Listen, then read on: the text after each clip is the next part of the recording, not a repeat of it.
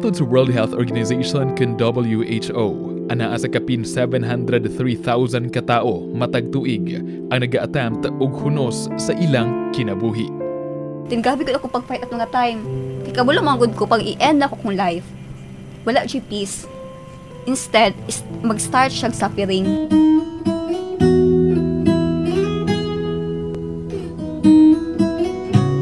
Usahay, sayon ra kanato musaway sa mga taong makauna-una sa paghunos sa ilang kinabuhi. Apan nganong dili nato usulayan sa pagpaminaw ug sabton ang ilang istorya. Ilabi na ni adtong mga individual nga sa tabang sa Ginoo na overcome una daog ang dakong hagit sa ilang kinabuhi. Si April Shane Fontanilla, 29 years old nga taga Davao City, biktima sa sexual nga pagpangabuso. Apan luyo sa kangit-ngit sa dalan nga iyang naagian, wala siya gipasagdan sa Ginoo nga kaniya adunay maayong plano sa unahan. When I was 5 years old, kay I was sexually rape, no, sexually rape siya via sexual assault. Ang nagbuhat ng pud-ana kay ako wala pong ikagaw. And then kana pag yun na sila kay Presley family. Kay iyahang papa pastor. Good. So dito na nag-start ang depression, ang anxiety. Kay at first kay murag wala ko kanang dili kay syempre bata pa man kano. So murag wala lang. But naabot naman ko sa point sa akong life na kanang ayahan akong ginaunsa ba ginapugos. Then every time na mo say no ko sa iya, mingon naman na siya. Pag dili nimo na kanang pag dili ko magpahilabot kay yun ako yung mama. Then katong time kalaban nila si mama.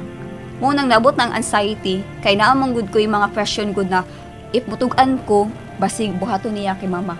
Good, nanok yung mga what if ba? Good. And then after ato, kay abin ako, dito walang po gud siya mag-end. At the age of 9 years old, 9 or 10 ata, gusto jud ko ni papa ipa-adapt sa kong igagaw. Kay lagi na siya mindset na kanang di na ko kaya pa eskwelahon, good. And then, ako manggod na pagkababae manggod kay na ako'y kanang discernment ba? Pag naay negative na unsang walang ma-feel dayon ako siya. Then katong nga time na gina-push ko sa mama o papa kay dili na ko maumsa kanang naadjay something mo say no good ko good. Pagkaw man kay katong nga time is nagbakasyon man gyud ko nako sa bukid din pag kanang tigbakasyon mao ko sa kung sa kung igagaw. And then after ato kay natulog ko ba pagkaw man kay ako ra isa sa sa balay ato nga time. And then ako man gud pagkababae pution man gud ko daan pag gyud sa una.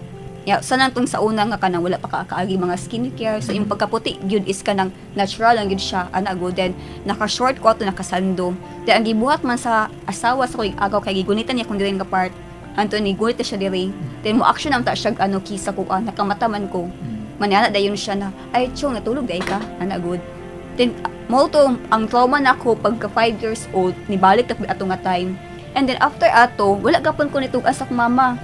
Sa kong papa, wala ko nitugan sa ilaha. Nagaingon lang siya ko sa iyaha nga kanang dili lagi ko magpaunsa, dili ko magpa-adapt. Bahala dili ko makatiwas og eskwela basta dili ko magpa-adapt. So ang reason nga nung ipa-adapt ka para ma-sustain di man pag-eskwela? Pag-eskwela.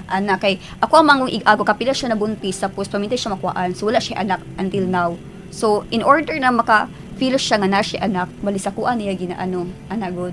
Then motong kuan de after ato abi na ko mag-end up dito at the age of 12 years of first year high school ko katunoon siya kay dili siya part sa akong family na katong nga time is that gisugo ko sa akong auntie na kanang matulog sa sa sofa kay lagi ako ang klase pa is 1 PM sa Santa Ana mo ko nag-eskwela ato nga time pagka man kay siya katulog sa sofa kay alas 10 pa so natulog ko dito then timing should kay nga hapit ko makatulog na gyud di duol man ang pastor ikisan ko niya sa lips mo to pagka abot na po anak nga time ni na po siya balik na po ang naitabo sa pinaka first trauma na po siya and then akong nahinumdum siya ato nga time is that nag-ilis dayon ko yan anak ko sa kong auntie nga kailangan ako magsayo kay nami project sa eskwelahan mas wala good ipag-abot na sa eskwelahan dito anak ko nagaunsa yan napag one time na ako classmate na accidentally lang good nagunitan niya kung paa ba pagunit niya sa kong paa kay niana din ko sa iyahan na kanang siya rapist man ka niana ko sa iyaha kay feeling na ako manggod pag every time nga naalaga ni mugunit sa kuha kay feeling ako na gid ko as rape good pero na rape man jud ko gaya lang siya sexual assault so lahi po tong rape na penetration and then after ato abi na kong mag-end na po siya dito pagka age of 18 years old, nagsunod pa yun siya. December, then January.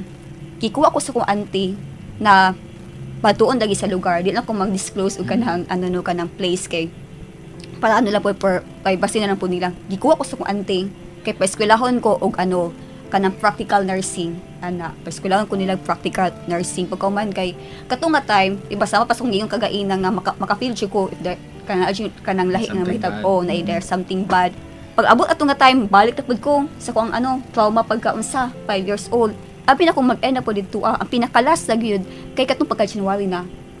Katong pag yun na siya nga tao, kay gitreat yun ako siyang papa. And then katong siya nga papa, is papa to niya sa pinaka-first nga nanghilabot sa kuha. Then pastor po siya.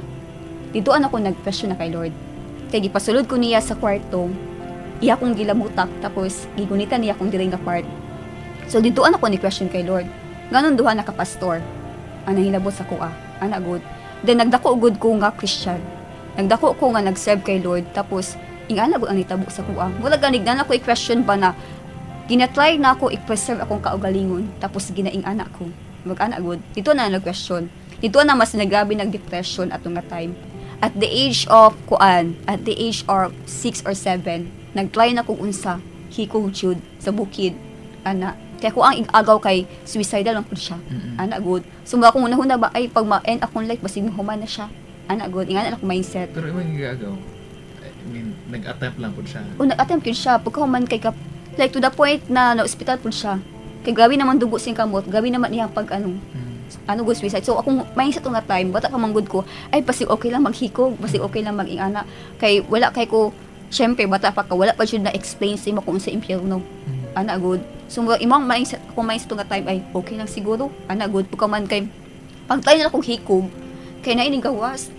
Si Kuya Tati, masiguto di ko sure kung kisa yun ning gawas. Pag anak yun ako, pagkaman kay ning gawas siya, may nausa makadira. Ay wala, lang niya ako, try lang. Pag good ka nang every time ba na mo attempt ko, kay na ay ginabuhat si Lord na intervention. Then naka-try po ko last food yun. Kaya naman gumi ka ng isa ka set nga blade ba. Nya uso man ang sa bukid noon naka ng blade lang gud ang gamiton pag mag-unsa ka magtahal. Di man uso ang tahal sa una. Gud niya, gitry gid ako siya unsa. Kay di lagi nako dawat kay nanamong gud kay mga anxiety. What if pag mustorya ko ani sa kong papa, sa kong mama, mutuo kaya sila sa kuha. Good. Kanang na ako'y mga ing-anak na mga mindset ba. Muna naabot siya at the age of 18 kay kanang parminti man gud ko gina-persecute gud sa mga paryente. Parminti ko gina-lockdown ba. Muna para sa kuha, kung musulti ko ani para sa ilaha, mutuo baka sa kuha. Pero wala ka nag-try yun nga nag-open up or nag-story kasi na. Wala ko nag-try Because of fear. Because of fear, because of rejection. Basin yag dili ko nila tuuhan, basin yag kanang ako pa'y mahimong dautan. Mga what ifs. O mga what if. Kaya ako manggod ang tao manggod na di ko ganagubot. Ngano na abot siya 18, kay giproteksyonan po na ako kong life sa kong mama. Kay kalaban man nila sa mama. Kaya na, mga nasikin sa kong mayin ba, na pagmutugan ko ani, basing buhaton diya sa ko'y agaw, nga pat yun niya sa mama. Kung na po siya mga reason behind, bagang na abot siya 18 years old kay, taga-protect ko sa life sa kong mama, taga-protect ko relationship sa mga agaw, nag-protect ko relationship sa ako ang auntie. Good, wala ganig, magsakit ba sa part, no? Na kanang gusto ni mo, iingon unta ba? Gusto nimo protection na imong kaugalingon, but mas gipilit nimo mag-protect sa uban kaysa imong kaugalingon. Mong ingana ni tabo sa kuha. Good na, mas gipilit na lang nako na mag-protect sa life sa mama, mo protect sa life sa kuang igagaw. Kay kabulod jud ko pag mustorya jud ko ato na jud relationship na mabungkag. Na family na mabungkag. So instead na kanang nili sila mabungkag, ako na lang ni sa kong kaugalingon. Nga ayaw na lang. Good, kay Lord na lang tanan. Good, sumotoy na itabo gid sa kuha. So, aside atong pila ka attempts ba ang imong kuan nga try kag kuno sa imong kinabuhi? Kaduha kato nga season nga unbeliever pa ko, kaduha. Hikog og laslas. O kato nga time. Lahi pa pud tong pagkaabot na kog unsa. Diari nga church na nigutop ko depression. Because of na pud siya nakaal kog depression na because of my wrongdoing lang po, good ka nang nakoy mga mali nga binuhatan, napoy depression na naka-cause po yun sa kauban na po sa church, una po yun depression nga sa kuwang kaugalingon lang yun. Ang pinakadelikado manggod pag kaugalingon na nimo imong kalaban, Ang pinaka-last yun ako nga depression na ako ang nag-go through is last year, June. Kaya nag-soul teacher na gid ko ato nga time. Di ako gusto communication. Akong mama, akong papa, wala kabalong. Ana, akong igsuon, nag-adto ko sila, wala siya kabalong, nag-agoto na di ko ato. Wala akong ga-contact sa akong leader ato nga time. Ana, na ako'y gina-contact ka ng isa lang katao. And then, kato nga time kay, inapakita na sa kuha. Kung asa ko na area, maghikog. Kana anak gawin nga kuan. Then, gabi ko ako pag-fight ato nga time. Kaya kabulong mga good ko, pag i-end ako kong life, wala siya peace. Instead, mag-start siya suffering. Tinuod nga suffering. Ana good. So, ang nakalamang lang siya ato nga time is that grabe yun ang intervention ni Lord. Ditual yun ako na kanang kanta go na kanang imong gunit. Ana, kana nga kanta, before na siya gi-release na kanta, nahitabo na sa kuang life. Tung time nga niligoto kong 3 months nga depression. Naggrabe yun tong depression ako, like, to the point go din ako makontak sa FB. Kaya ako naman siya gi-deactivate. Gi-deactivate ako messenger, ana, wala gi-contact. Even akong leader na shock na sa kuha. Ako mga kasisa na unsa na daw ko, ana. Dagan na po kay mga false accusations sa kuha. Namunggod kay ugali manggod pag nagagoto kong ana, gusto na ako lang sa ana good. But the good thing is that mas ako lang isa kabulo kong hande sa akong kaugalingon. And isa lang yun sa reason nga nung wala jud ko na kanang mo-attempt ko nga nung wala yun siya. Kay aside sa intervention ni Lord, nagid ko tinuod nga fear of the Lord. Kay kabulo jud ko, if i-end na ko ang life, ana good. Kabulo yun ko na impyerno na jud ko. Ana, katulang nga time nga depression is mo to pinaka-unique sa tanang panghitabo sa life. Kay ako na gyud mismo ang nihangyo kay Lord. Aniana ako siyahan na Lord, ikapoy nako. Kuhaan ako. Gusto na kong muulig langit. Pag divine appointment na dito agyud ko nang wala jud ko gisagpa ni Lord sa kamatuoran na yes, kaila ko sa Ginoo, pero wala ko relasyon sa Ginoo. Ana, kay nga naman wala ko relasyon sa Ginoo kay mas pilion ako ang kalibutan kaysa sa Ginoo. Wala ganig ano lang siya na kanang nakailan ako sa Ginoo for the sake nga Kristohanon ko, pero ang tinuod jud ay wala gyud ko relasyon kay Lord. Naka na intimate gyud ba nga relationship good. So pag ano na inner healing na sulat na ko sa mga ano dito sa mga kanang taong kaligot-got.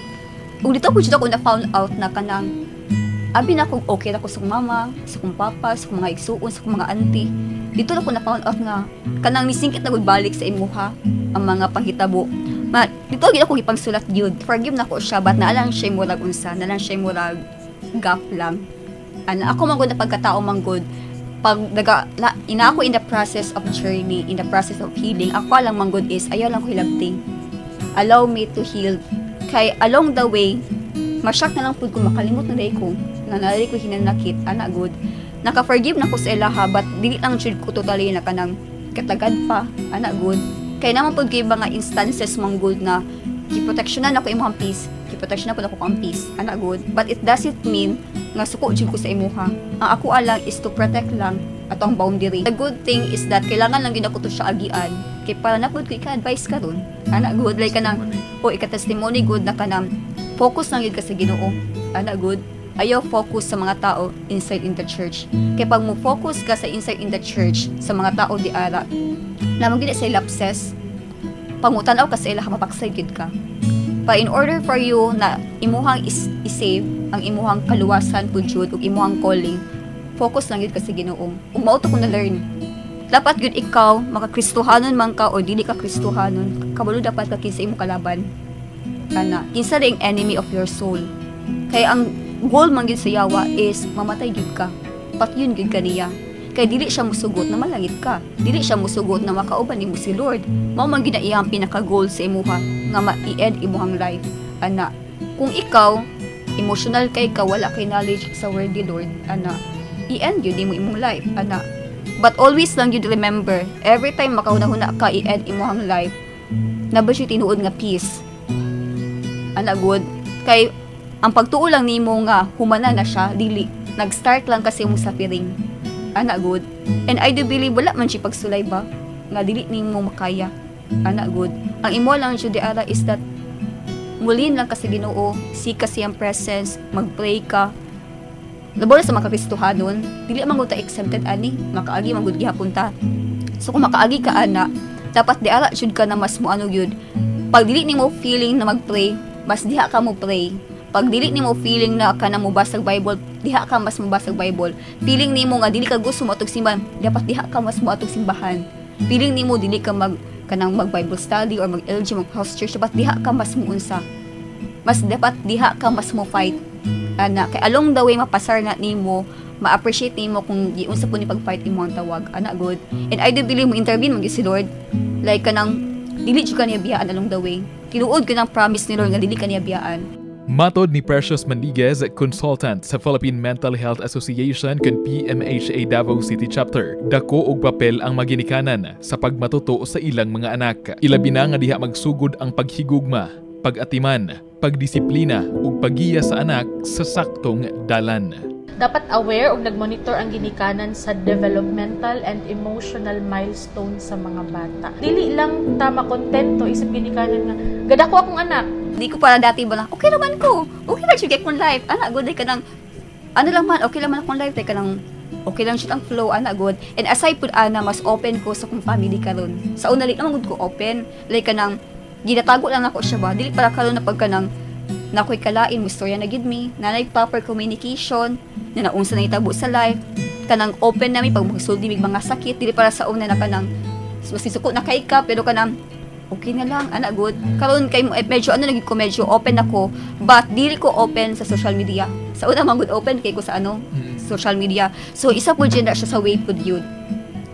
Pag sa panahon na makaay kag depression, makaay kag anxiety or any other problem na imo igo to sa life, kung kaya nimo mag-deactivate og Facebook, pag-deactivate. Kay ngano man, labay ang spirit behind social media. Matingala na lang ka imo ang ginaagian kay mo ano na lang po sa unsa social media. Yeah. So instead na kanang ma-at peace ka, mas ma-worsen imong unsa imo ang ginaagian. So mas maayo gyud na pag nakay ginaagian, ayo la ipaagi sa social media, ipaagi sa pag-ampo. Ang ano lang gyud memory verse ni Lord is John 14:27 na siya, peace I give with you, siya, peace I will live with you niya na siya. Not the world peace I give it to you, but the peace ng ikan sa Ginoo. Kay para man gusto ko ang tinuod na kalinaw is dili mo kailangan desisyonan. Ang tinuod na kalinaw si Lord mismo muhatag sa imuha. Dili mo kailangan ipugos sa iya ha, dili mo kailangan i-beg sa iya ha. Kay kung will jud ni Lord ang mga panghitabo sa life, naa jud kay kalinaw sa imong kasing-kasing. Ana good. And mao po na pinaka-importante karon na panahon, kalinaw jud. Ang maski pag naa sa imo ang tanan, balay, kwarta, businesses, tanan ng mga possession in life, pero pag wala kay peace sa imong heart, useless gapon imong pagkinabuhi kalibutan na. So mao gyud na ang pinaka kuan jud nako na always gyud ako ginasik kay Lord, tagay na ko kalinaw jud Lord. Kay mao gyud na ang pinaka the best nga gift sa imong kaugalingon, peace. Ug walay makahatag ana sa imuha. Ana, ang makahatag lang gid ana is tama nga tao, tama nga trabaho, tama nga business, tama nga mga tao na kapaligpot sa imuha. Ug ihatag na siya ni Lord sa imo pag-will jud na siya ni Lord. Kay maskin pag pangitaon nimo ang peace, dili jud nimo na siya makita sa kalibutan. Kay Lord lang gid ang peace. Ang kinabuhi ni April Shane nag-remind ka nato nga luyo sa mga sitwasyon sa tabang sa Ginoo, kita makakatuon nga mo pasaylo. Kita able nga mo share sa atong testimonya sa kadaugan nga mamahimong inspirasyon ug kapanaminan sa katawhan tungod og alang sa iyang kahimayaan. Alang sa DXDC Holy Week Special, Radyoman Kirby Manzon, Tatak RMN.